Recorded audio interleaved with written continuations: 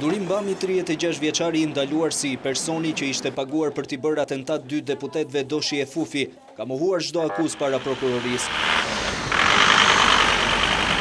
Burime pranë prokurorisë së krimeve të rënda thanë se gjatë marrjes në pyetje, Bami ka deklaruar se gjithë historia ishte një inskenim i deputetit Ton Doshi, i cili e kishte paguar atë për të dhënë këto deklarata.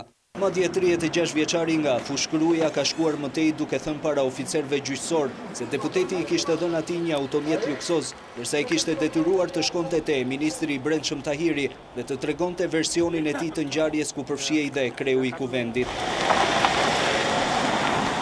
Menjëherë pas kësaj dëshmie, prokuroria e krimeve të rënda i ka kërkuar zyrtarisht deputetit Ton Doshi të paraqitet për të dëshmuar lidhur me atentatin e pretenduar prej tij.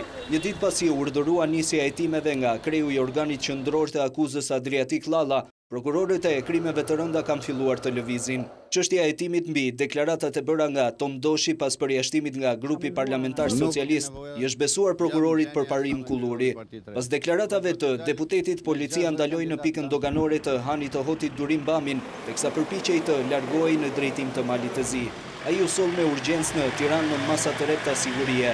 Vetëm disa ditë më parë 36 vjeçarit ju vendos lëndë eksplozive në automjetin e tij në fushkruj, ndërkohë që sipas policisë ai është person me precedent penal.